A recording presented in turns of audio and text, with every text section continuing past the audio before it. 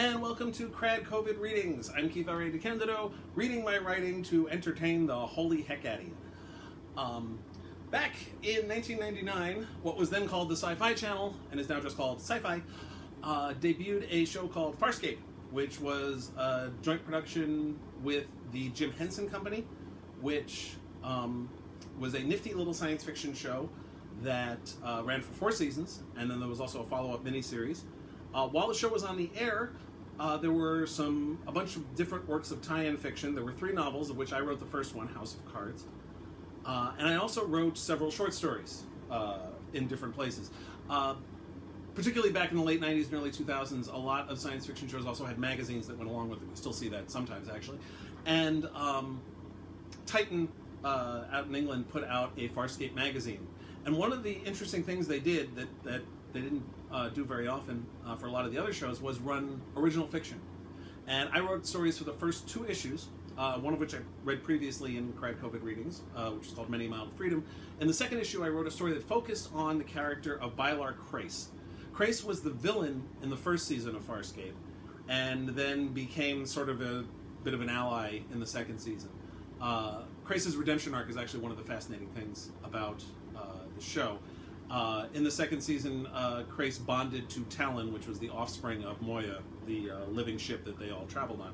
And this is a story called Brotherly Love, which focuses on Crais. Talon screamed. The attack by the 5 alien ships was a total surprise. Though they came in with a classic hit-and-run tactic, Talon had been able to destroy 2 of them before they could retreat. But then the effects of the alien's strange weapon started to manifest. The energy levels of the young biomechanoid gunship started to drop. His screams grew louder inside Bialar Crais' head. Crais had no idea who these aliens were, nor why they attacked Talon. He attempted to communicate with them to no avail.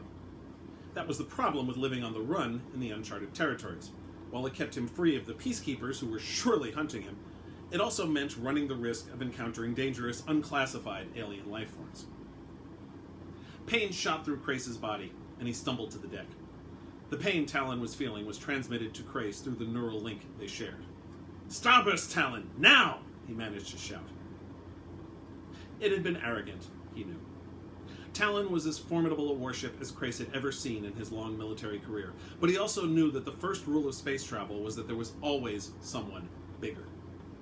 Whoever these aliens were with their strange weaponry that seemed to take the very life from the Leviathan, they definitely had the better of Talon.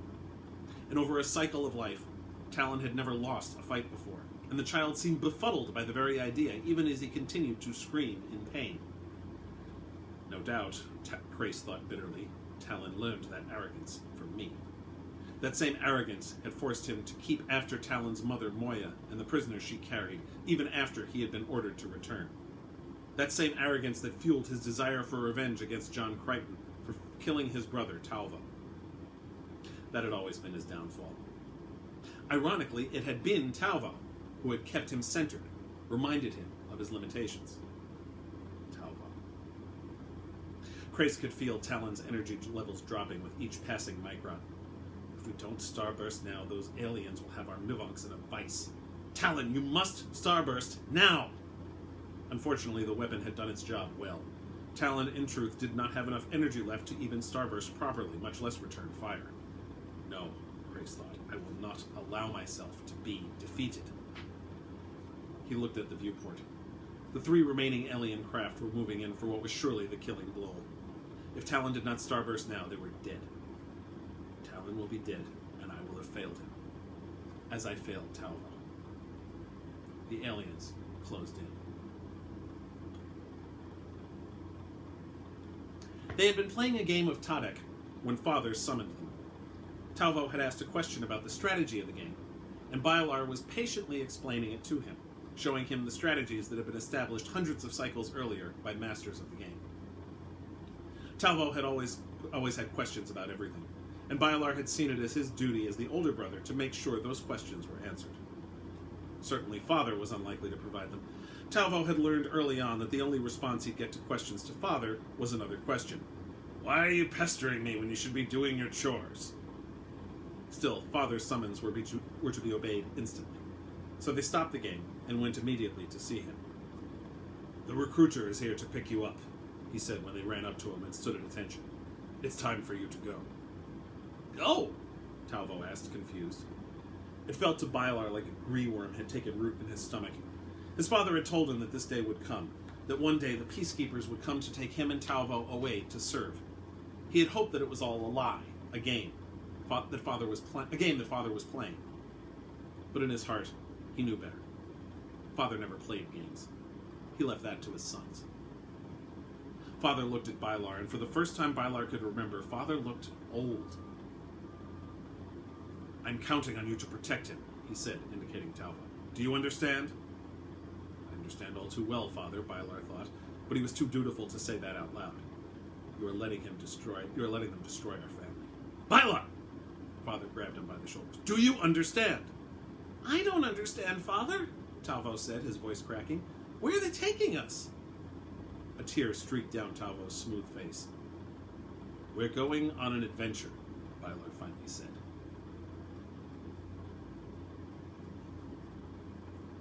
"Talvo Crais, reporting for duty, sir." The voice was solemn and dutiful, no different than any other officer reporting to a superior. The form that spoke saluted and bowed in the proper peacekeeper manner.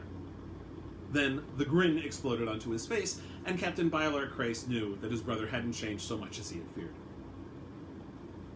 "Captain's bars suit you, brother." Crais rarely allowed himself to smile while on duty, but he could hardly help himself. "They will suit you as well someday, brother."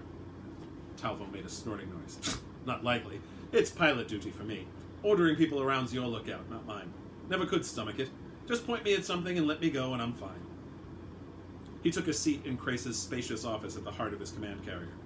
"So, how did I get unlucky enough to be assigned to you?" "Luck is irrelevant," he lied. "I had an opening for a Prowler pilot. Your name was next up on the transfer roster." The truth was he had pulled several strings to get Talvo assigned to his command carrier. Most had viewed it as an eccentricity. After all, accidents of birth were inadequate reasons for sentiment, as most of his fellow peacekeepers would insist. But while the peacekeepers discouraged family ties, Bialar Crais had never forgotten his father's last words to him. "And how better to protect you, brother, than to have you in my crew?"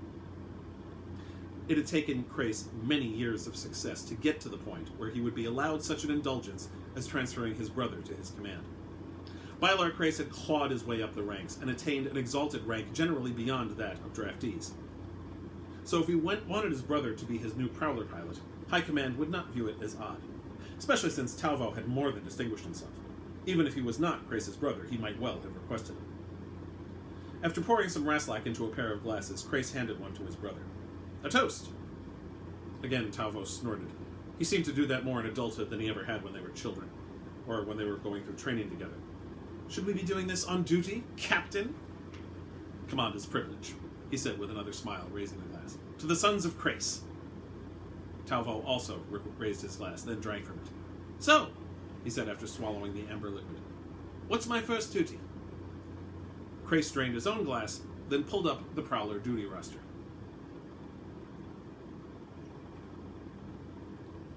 "I humbly request permission to take my command carrier into the uncharted territories."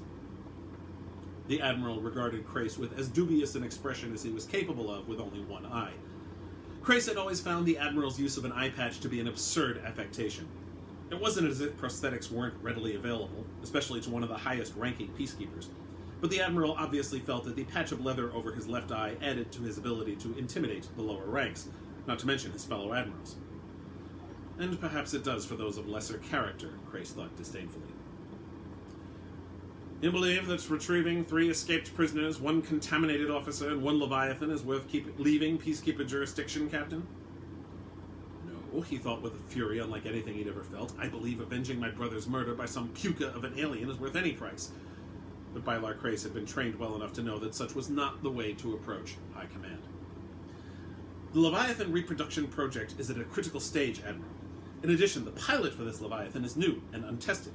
It would be dangerous to allow it to be unduly influenced by these prisoners, particularly since one of them is a Hynerian royal. You know how devious they can be." The Admiral chuckled.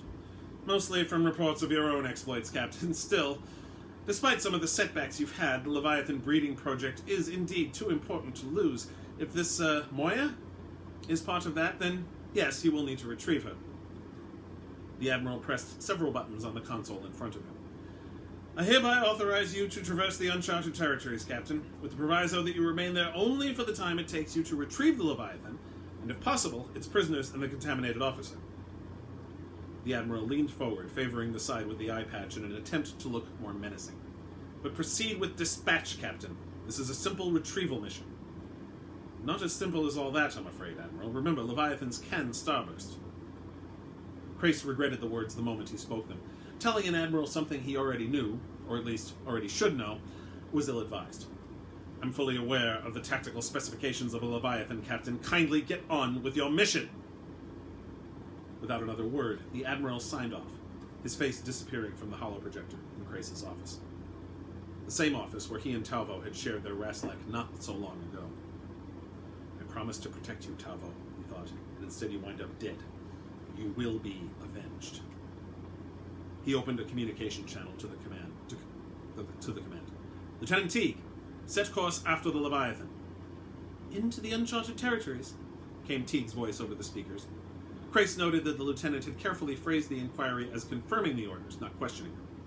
We are authorized to proceed into the uncharted territories in order to retrieve the prisoners and the Leviathan. Best speed, Lieutenant.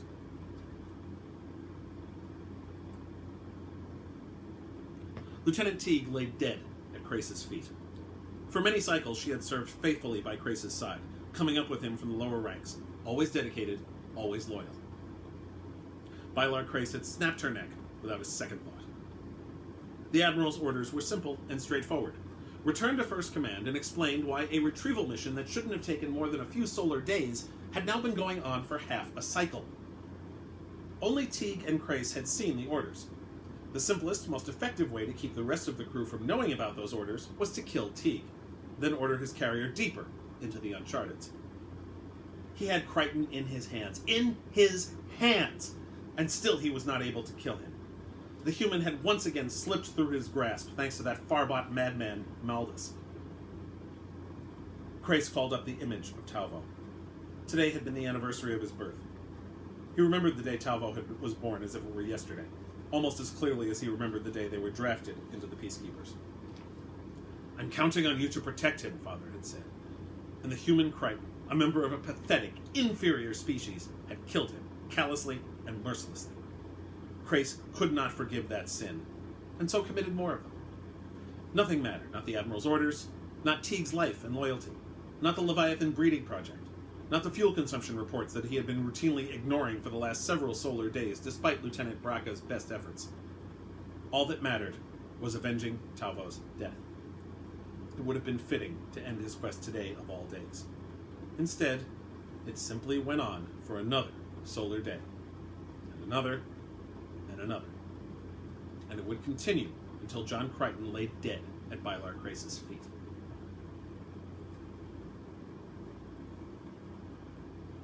No!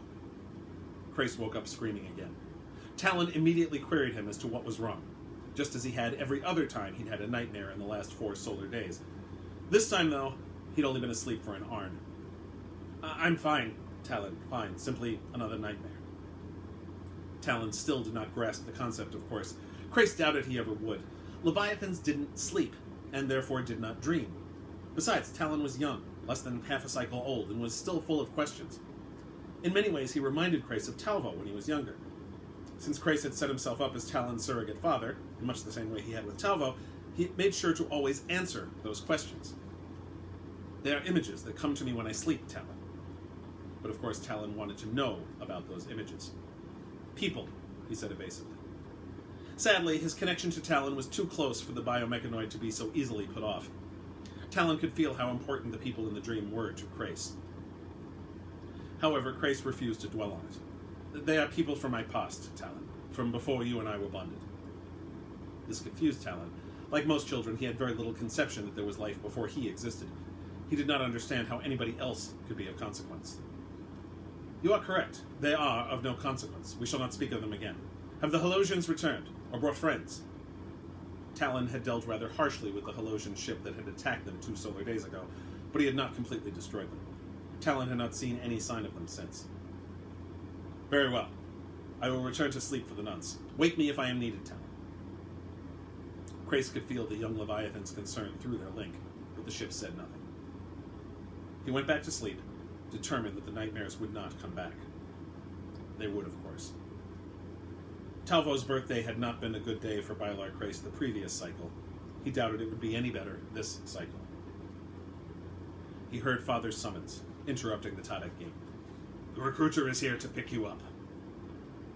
He watched Talvo burn to a crisp in front of him, an image provided by Maldus. Set course after the Leviathan. Captain's bars suit you, brother. He watched Talvo's prowler crash into the asteroid after colliding with Crichton's module. Talvo is dead, struck down by a weak, pathetic, inferior being. I'm counting on you to protect him. He heard the crack of Lieutenant Teague's neck. Talvo Crais reporting for duty, sir. We're going on an adventure. He felt the neural link with Talon for the first time, an intimacy he'd never believed possible. Talvo is dead. I'm counting on you to protect him, struck down by a weak, pathetic, inferior being. He took in the magnificence of Talon when he first boarded him, and again when he took him from Moya's side. You cannot take a child from its mother! You forget. It was done to me. The recruiter is here to pick you up, and it was done to you. He saw the Prowler collide with Crichton's module and crash into the asteroid over and over and over and over. Again, he woke up screaming. This time Talon was insistent. He would not take "it was nothing" for an answer, especially given the cold sweat that now drenched Crais' body. As I told you before, Talon, Crais said slowly, trying to form the words in a way that the ship would understand. The images are from my past. My father, my former lieutenant, my brother. Talon seemed to be having trouble with the brother concept. My brother. It would be as if Moya had another offspring like you, Talon. That explanation sufficed, though Talon did not understand why Crais' reaction was so much stronger than it was to his father. After all, Talon couldn't imagine feeling closer to another offspring of Moya than to Moya herself. Crais hesitated. I was the older brother, he finally said. I was the one who took care of Talvo. He was my responsibility, just as you and I are responsible for each other. When he died, I was filled with rage. I lashed out at everyone because I failed. It was the first time Bialar Crais had come out and admitted his failure out loud. Even when he had bared his soul to Crichton on Moya shortly before he took over Talon, he had not actually said the words. What is worse, I could not admit to myself that I failed Talvo. I hounded Moya. I killed Teague. I threw away my career. Almost threw away my life. All because I couldn't admit the truth. When Crais did not immediately elaborate, Talon asked what the truth was. That I have been a failure, Crais finally said. I have reneged on all my promises. I promised Father I would protect Talvo. I swore an oath to uphold Peacekeeper rules and laws. I swore I would not rest until I killed Crichton. In the Aurora chair, I swore that I would kill Officer Sun. Talon reacted badly to that. Aaron Sun had named Talon, and the ship's affection for Aaron was second only to his for Moya and for Crais himself. Yes, Talon, it is true. But it seems one more oath broken would hardly be noticed. Crais felt a kind of warmth over the neural link. Talon did not view Crais as a failure, nor as an oath breaker. Generally, Talon conveyed his thoughts and feelings to Crais directly through the neural link. However, he deliberately, albeit awkwardly, phrased his next thoughts in words. They are of the past. They are of no consequence. For the first time since Talvo died, Bialar Crais smiled. Of course, Talon. You are correct. Thank you. They proceeded on course together.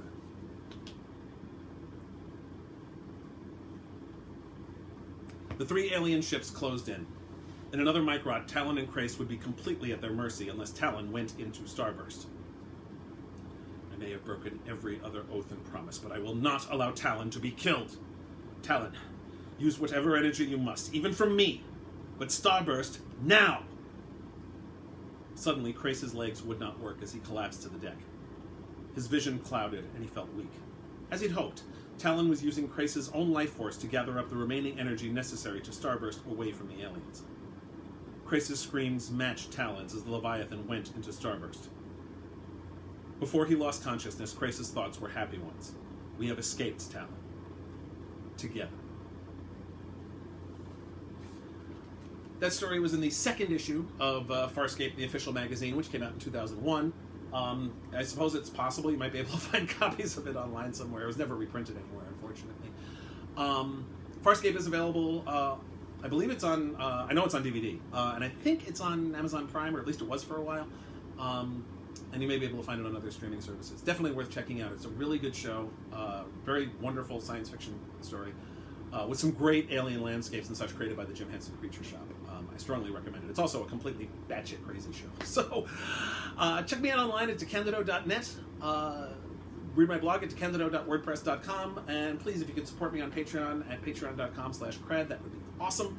And please stay safe. Thank you.